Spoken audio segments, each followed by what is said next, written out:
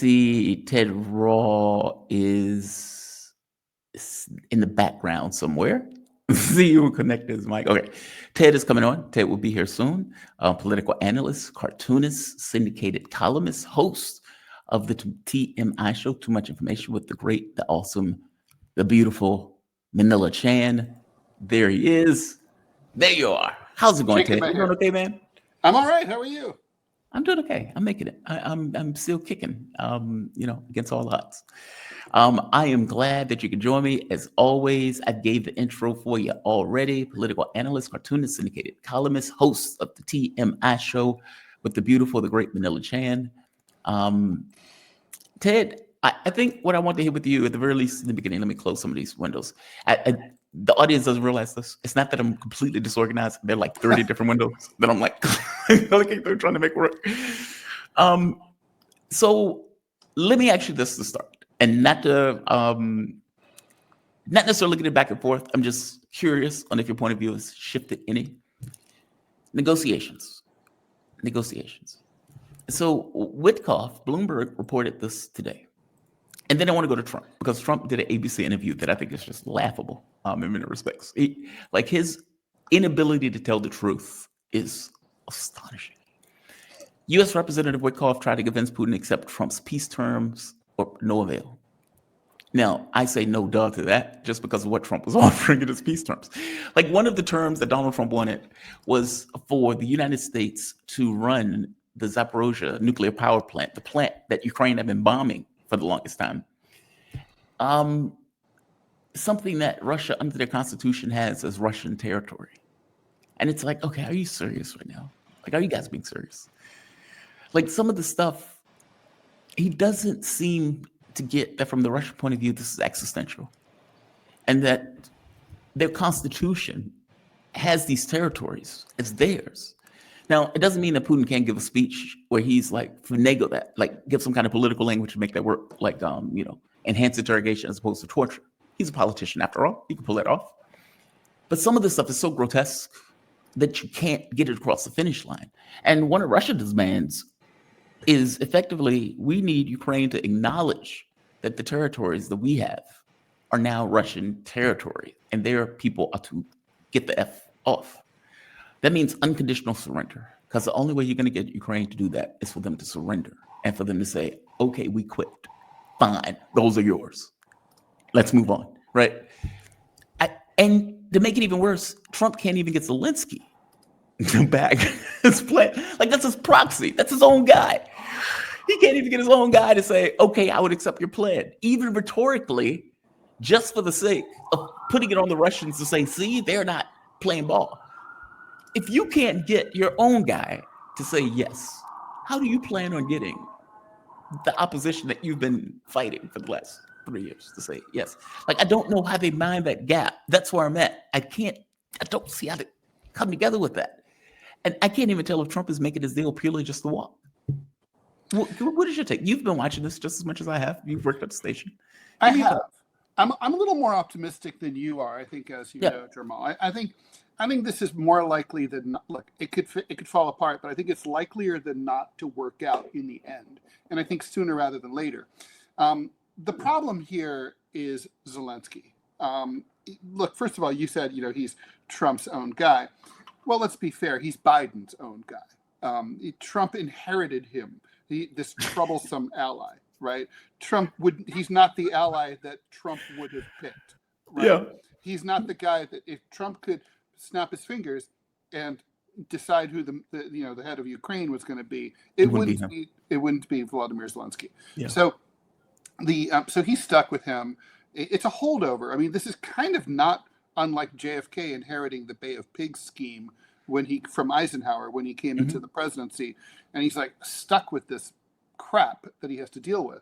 So I think the problem for Zelensky is he has no political future in Ukraine whatsoever if he formally completely rolls and has to go back to his people and say, particularly his bosses, and say, I lost everything. I completely unconditionally surrendered. Zelensky will be dead soon, right? Yeah. I mean, it's a gangster state. So he's not going to. So that's not possible. So in a negotiation, it's kind of like even when one side has completely been as completely defeated as possible, that's not Ukraine. Ukraine has not been as completely defeated as is possible to be defeated militarily. Right. Imperial Japan, 1945, that qualifies, right? Yeah. But and so the Japanese unconditionally surrendered, but there was something they needed. They needed the emperor to stay in office, and it's kind of like it would have been entirely. I'm sure the debate, and I know the debate inside, the halls of power in the War Department at the time must have been like, fuck those guys. We just nuked them twice. We own their ass. Our army's in Tokyo. Fuck them and fuck their emperor, right? But cooler heads prevailed because they realized, listen, they need this. So when you're negotiating with your adversary, you have to sort of recognize what they need. The Russians are going to have to realize that there's certain things Zelensky needs in order to be able to survive, in order to be able to get to the table and sign this. And I think it's going to come down to de facto admission, acknowledgement of Russian gains, as opposed to de jure admission. So as long as Ukraine freezes the conflict along, basically we have a crisis right now in Pakistani and Indian Kashmir. Right. There's after the 1947-1948 first Kashmir War, first of three. The UN came in, the new UN came in and established the line of control, which is basically Kashmir is a frozen conflict since 1948, although not so frozen. There's been fighting across the line of control. But that line of control is basically, it is the border in between Indian and Pakistani Kashmir.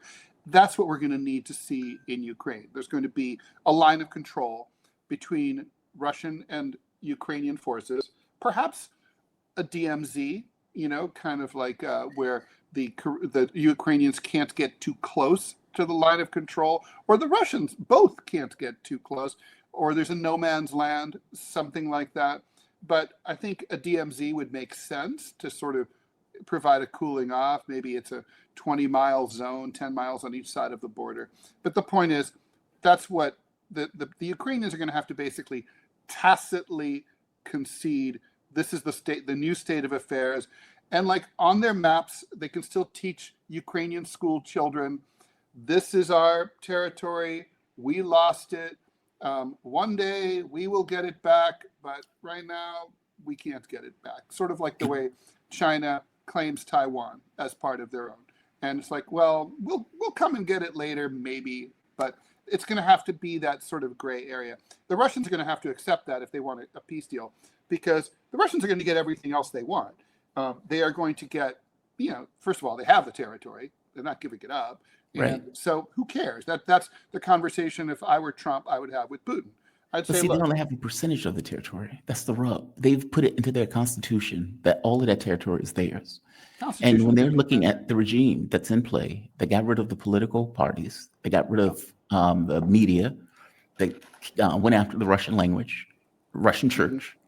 And so those things have to be. Yeah, that's a big deal, right? It's like if you are Putin, and part of the rationale for the war was, okay, you guys are killing ethnic Russian Ukrainians, and you're going after all of these devices that make Ukraine neutral. That's a problem for me. And so it's like, how do you end the war and leave the regime in place that did all that stuff? Well, the regime won't stay in place because after the defeat, Ukrainian domestic politics will take care of it. It would be my answer to Putin. I'd say, don't worry about it. As soon as the defeat has been, bear in mind, the ordinary Ukrainian citizens have been living under a media blackout because of the things that you've been talking about. They don't really know what's going on, right? Well, it's all going to become clear, once the defeat is upon them, and that defeat is going to be laid firmly at Zelensky's feet. He wasn't a popular president before the war, so we're just going to go back to the antebellum state of affairs, right? Mm-hmm. And so, if I were, some problems you don't have to do anything about; they just go away because of the new state of affairs. If I'm Putin, I would definitely insist on, Russian language rights being restored, the Russian Orthodox Church being restored, things like that. But, in terms of, it's best to be seen. If I were Putin, I wouldn't want to be seen as like being responsible for regime change in Kiev. It's like, let the unpopular Zelensky sink of his own accord. He will. And, and that's fine. It's not a problem. So I think this is all like, I think the Russians are going to come to the table because it's going to be a good deal. Sanctions are going away, trading, normalized relations, tourism's going to be restored, back into the SWIFT system. The Russians keep their gains. The U.S. acknowledges Crimea as Russian. I mean, most of Russia's problems from the U.S. and Ukraine go away from this. So, don't look a gift horse in the mouth. Not to mention, you're not going to get a better deal under President Vance or under, President Newsom or, whoever. You're just not going to. I agree with you. They don't necessarily want to be seen as regime change. That I agree with you. Mm-hmm. But a frozen conflict. Because if they wanted to, they could have. I mean, they fought the war with one hand tied behind their back, right? I mean, they had a huge standing army. They didn't send them. If they wanted to topple Zelensky, they could have over the last 3 years. They didn't want to. Yeah, they fought the war in a very particular way. I mean, regardless of what the West say, they didn't fight this as if, a UFO had invaded and they needed to all hands on deck. Yeah. They fought it in a very particular way. They wasn't trying to flatten Kiev. They didn't try to flatten much of Ukraine. So I agree with you on that front. It's just frozen conflicts have the tendency to become unfrozen. There's no reason for them to trust the West or the United States, for that matter, specifically. And who knows the next president that comes in that immediately unfreezes it. Meaning, I get the feeling that from Putin's point of view, I want to settle this now. I don't want this to happen 10 years later. I don't want this to happen 5 years later. I want to settle it now. I don't want NATO to expand. They're already surrounding our borders. Russia has been building up on the Finnish border just because Finland has now been part of NATO, so they have to defend that particular territory. They're increasing their military to 1.5 million, meaning from their point of view, Europe is gearing for war. And I don't know. I mean, as I've told my audience, the next 5 years is going to be very interesting and see how this shakes out, because I don't have balls enough to predict it. I really don't. I don't know. If Trump stinks it up royally and a rando Democrat comes in and liberals are still in this mindset of we must fight the Russians, okay, then what happens? And if you're Putin and you know that. Yeah, you do know that. That's a problem. Yeah, that's a problem. That's what I mean. That's what I mean. That's a problem. Also, he's, don't forget, he's been at this for a long time, right? I mean, he's been president of Russia for a long time. He's pretty old. I mean, he can see 80 from his house. Yeah. So, it's kind of like he's probably he's got to be thinking, even though, for a guy his age, he's an exquisite. Hell, it's still like, I mean, remember those rumors? Like, oh, he's going to drop dead any second. Huh, whatever happened there? It's like, he should be dead now, right? So anyway, that's so funny because you just forget about all that crap, and then it's like, oh yeah, the Russians are going to get their asses kicked. Zelensky's going to be dancing on Lenin's tomb in Red Square. Like, that's funny. That shouldn't happen. So yeah, or the coup is going to overthrow Putin or whatever. Anyway, point is, it's going to be, it's like if I'm Putin, I'm like, like he's a very measured, extremely careful man. Yes. And he is very aware, he's aware of history. You know, he can just start prattling off about, 16th century, Central European politics anytime he wants. So he knows, that like in negotiations, like the Rolling Stones said, you can't always get what you want, but you might get what you need. He's going to get what he wants, and he's going to get what he needs. Yeah. See, I don't know. Why wouldn't he? I mean, come on, this is a good deal. It's like there's a few little nits that like the nuclear power plant. They could work that out. that's not that big a deal. Now, I mean, and there's It's a certain very things that big are just deal. I ridiculous. mean, that's American troops There's on some Russian things that are territory. ridiculous. Like, no, there's not going to be any American troops there. There's not going to be any NATO troops there. I mean, that's just not going to be. That's just stupid because you can't. You know, you need neutral parties. You know, you can have Fijian troops there, no problem. You know, that's not even so outrageous. They turn up No, it's all over the place, right? We will see how flexible those red lines are. We'll see. I mean, because look, if he accepts any of that, he would have to go back to the Russian people and explain how for the last X number of years, and oh, by the way, I know it was in our constitution, but, and I know I said this, but, and yeah, but I think Russia would like to see this. Most Russian people would like to see this war over too. I think most of Russian people would like to be secure. Yeah, and ending it on freezing the territory is not really security. No, I mean, I mean, you know, like look at China and Taiwan. Look at. But Turkey, that's different. Look at Iraq and Kurdistan. There's a lot of. I mean, no one in the world has more frozen conflict zones around it than Russia. They have the Transnistria. They have Nagorno-Badakhshan. They have all these places that are kind of like ever since the Soviet, split up. I know, Ted, but all of those are also pressure points that are used to exploit in times of decide. Meaning, I would wager to you that what the U.S. is waiting for is, okay, we need to get to a point where Europe has built up their military, where Europe is stronger, and we can do this once again. And I would wager to you that that is exactly what Russia's thinking, that they are preparing. They just need time to get to a point where they can build their industries, get ready to do this. I don't believe. If I had Putin's ear, I would say, look, you can use AI to extrapolate Europe's military capacity over the next 10, 20, 30, 50 years. They're not going to get there because, I mean, if you just look at the relative power of Russia versus Europe now, I mean, it would be like they can't even support Ukraine now. It'd be decades. Russia's going to continue to expand, get more powerful, grow. It's like both sides.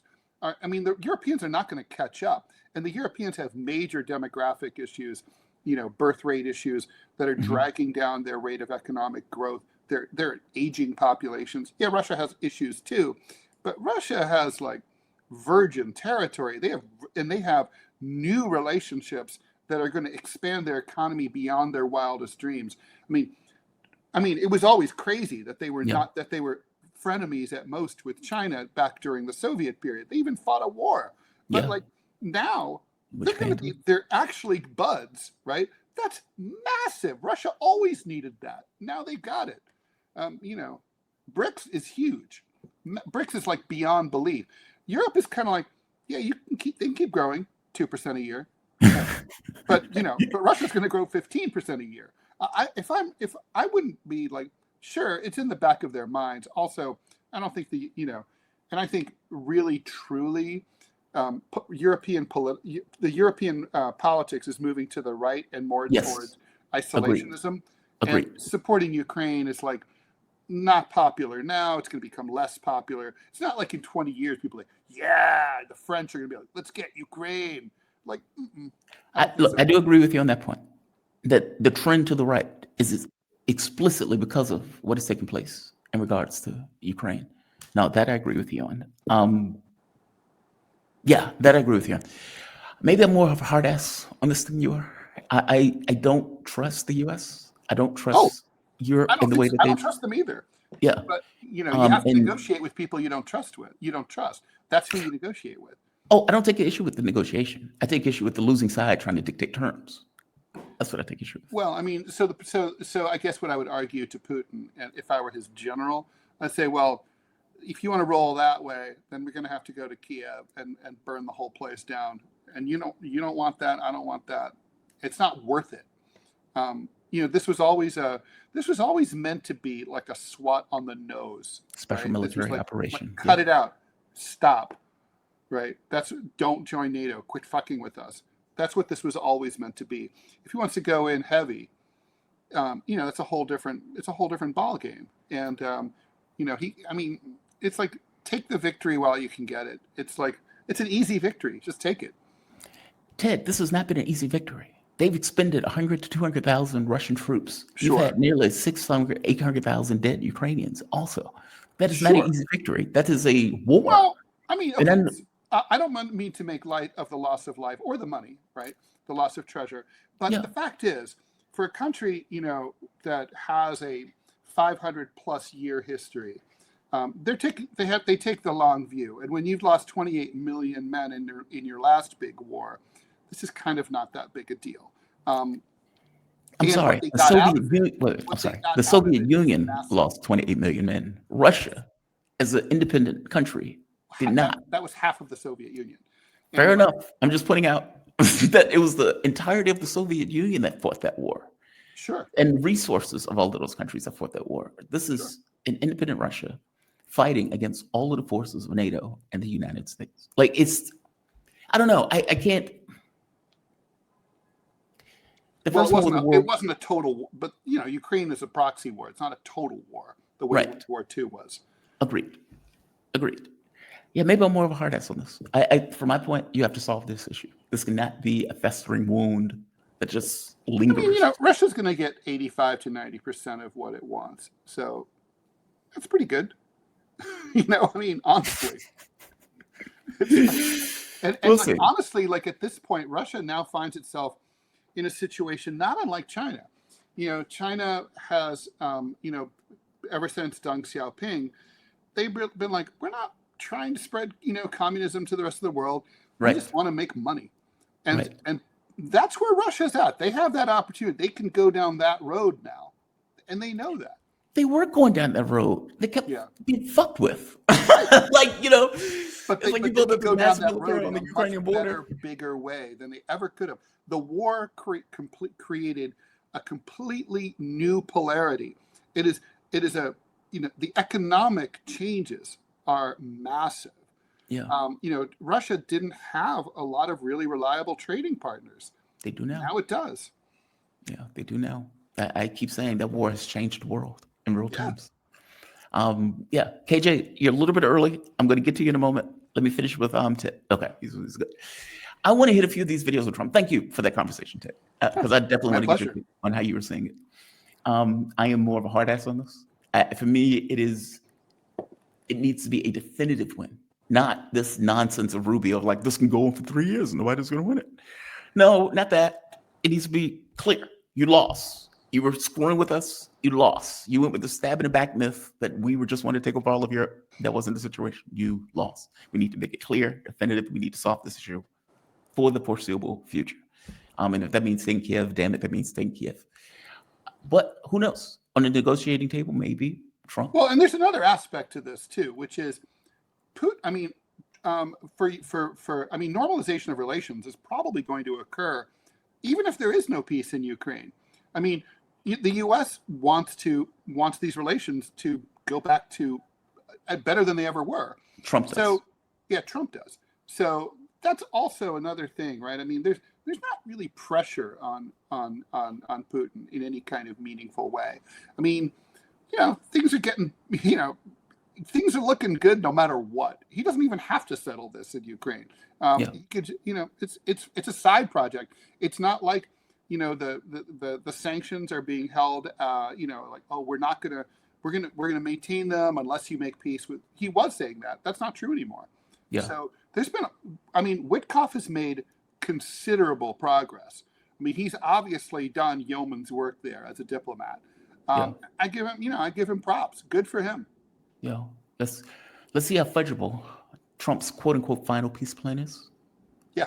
And let's see, I guess, where Putin's red lines, how red those red lines are.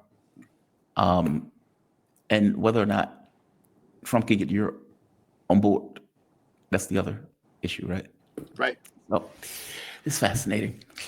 Did you see Trump's ABC interview? This is one of the most ludicrous interviews. I heard about it, but I did not see it. I'm going to show you how much time do we have? Damn it, we spent so much time talking about that. That's fine. It was a good conversation. Some of this stuff is just ludicrous. Trump, some of the stuff is just demonstrative, provable lies, and he still goes with it. So I want to go to one, though, that he was actually right about. They asked him, has the reputation of the United States been tarnished by you being president? Which is funny, right? You ask the president, hey, do you think we're humiliated by you being in office? That's what they're asking him, right? Listen to what he says there, because what he's saying, believe it or not, for one, the answer is yes, but it wasn't better under Joe Biden either. So I'm going to play the clip. I don't want to get your take on it. Do you think the reputation of the United States has gone down under your presidency? No, I think it's gone way up, and I think we're a respected country again. We were laughed at all over the world. We had a president that couldn't walk up a flight of stairs, couldn't walk down a flight of stairs, couldn't walk across the stage without falling. We had a president that was grossly incompetent. You knew it, I knew it, and everybody knew it, but you guys didn't want to write it because you're fake news. All right. Thank you. And by the way, ABC is one of the worst. I have to be honest. He does. By the just so the audience, if you're not clear, that was ABC that he was doing the interview with. He waits. The interviewer is like, "All right, I'm going to close this. By the way, you guys are the worst." Just in case you know it. Oh, that is hilarious. We didn't get that under Joe Biden. We didn't get the comedy. No, the comedy. I mean, that's the thing is he's endlessly entertaining, and there's no doubt about that. I mean, yesterday was the 100th day of his presidency, and I've been talking to other people about the good, bad, and the ugly of, and we kind of know what the good, the bad, and the ugly are. But the thing is, he's really entertaining. And every single day, there's something new coming out of this White House. Now, most of these things are things I don't like. Yeah. But still, I mean, the thing is, you definitely get a sense like, hey, things are happening. Like all eyes are on 1600 Pennsylvania Avenue. That's very much not been the way it's been. Usually it's like there's this campaign. I'm going to do this. I'm going to do that. Big promises, and then then the January 20th happens. Big speech, lots of promises, and then crickets. Right. Nothing happening. It's like, and this time, that's not the case at all. It really is like an FDR style first 100 days, except with very different kind of priorities. Yeah, and not much accomplished in those priorities. I mean, he's been moving. It's a lot of activity. Moving fast. Yeah. Give me your take on the 100 days. And this could be the last question, because you brought up a really good point. Like, it's been 100 days. Like you said, I haven't liked much of what's come out of these 100 days. No. Fair enough. But give me your take on it, like the first 100 days of Trump. Well, I mean, look, the fascist light aspects of this presidency are hard to ignore. Scooping up a 4-year-old dying kid, U.S. citizen, depriving him of his meds, cancer patient, and deporting him to Honduras is pretty out there. We're going to see more of it. You can see the way this is going. The next step is going to be a U.S. full-blown, like you and me, born in the USA, American citizen who's going to be deported, and they're going to be like, and that's going to happen. I mean, we can see that now, and the courts seem unable to deal with it. One aspect that I haven't seen a lot of attention to, and I think this is really important, is that this president is he's not interested in even trying to get legislation through Congress.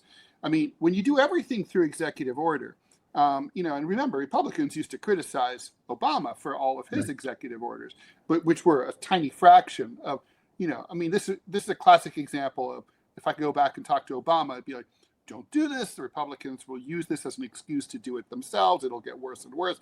It's, you're setting a precedent. But anyway, the point is, when you decide to do everything by fiat, you're not running a democracy anymore. You're running a monarchy. Right. The part of the reason that all things being equal, if you can do an executive order, but you could, with a lot more work, get the same thing through Congress, you should do the more work thing, because you have buy-in from the representatives of the American people, and so it's stickier. If you do everything by executive order, the next Democrat comes in and signs a bunch of executive orders and throws them all out, right? And then we just go back and forth. There's nothing. it's a, so bypassing Congress like this, and Republicans in Congress allowing themselves to be bypassed, they're making themselves as irrelevant as the Reichstag made itself in 1934 when it passed the Enabling Act that basically rubber stamped everything that Adolf Hitler presented as law. That's what this effectively is. Of course, obviously, it's a lighter version of it, but still, it's not good governance. And there's many of these things that he could have gotten through Congress. Now, he needs to peel away like 3-4 Democratic votes. He could. Something just got through Congress, a bill about revenge porn. It passed almost unanimously, except for 2 people. Congress can still do things. Yeah. Who the hell are those 2 people? Well, one of them was, I think, Josh Hawley, and he had concerns, I think, who was it? No, it wasn't Josh Hawley because he's gone. It was someone else. But it was basically someone who thought that this bill could be abused, that like what's considered revenge porn could be, I didn't do a deep dive, could be like defined excessively to apply to things that it shouldn't apply to. Yeah. Well, no, I agree with you. I've never seen this before. Like usually presidents take a lot of work to push and push and push to get the votes in order to pass something. I mean, then like he's lazy. I wrote a little biography of Donald Trump years ago, and one of the things when I read about his classmates at University of Pennsylvania, they said, when he was a business major, like they were like, Donald was smart. He was just lazy. He didn't like to do the work. He was always looking for the quick workaround. And I get that. I feel like he just likes to, it's like, well, why deal with Congress if I can just sign this? And it's like, well, because I don't think he understands the broader historical implications of what he's doing and how he's doing it. How you do something is very important historically. Yeah. And the consequences. Like you said, it's a slippery slope. The next guy who comes in, they do the same. Ted, man, I always appreciate these conversations. I didn't mean to get into the conversation to spend that much time on the back and forth on the Russia thing. I'm intrigued by your point of view because usually people come on our hard asses about it, kind of like me, where it's like, you got to take it all. You got to take it all. How does the war end? Type of stuff. I'm sympathetic to that. I think that I think that Zelensky, it was a disaster for the people of Ukraine. I think he and Biden and the Biden administration, they fucked up royally and they did provoke Russia. It's kind of like there's like what you deserve, like they deserve, the Ukrainians deserve nothing, right? Yeah. But the point is then there's reality. Yeah. And if you want to, sometimes compromise is a bitch, But it's reality and just kind of is. Ted Rall, political cartoonist, syndicated columnist, co-host of TMI, Too Much Information, with Manila Chan, the beautiful, the lovely, the awesome Manila Chan, 10 a.m. on YouTube. You can check them out. Definitely check them out. They'll be on today. These guys are on all week. Fantastic, Ted. Thank you, man. I appreciate it. Have a good one. You too.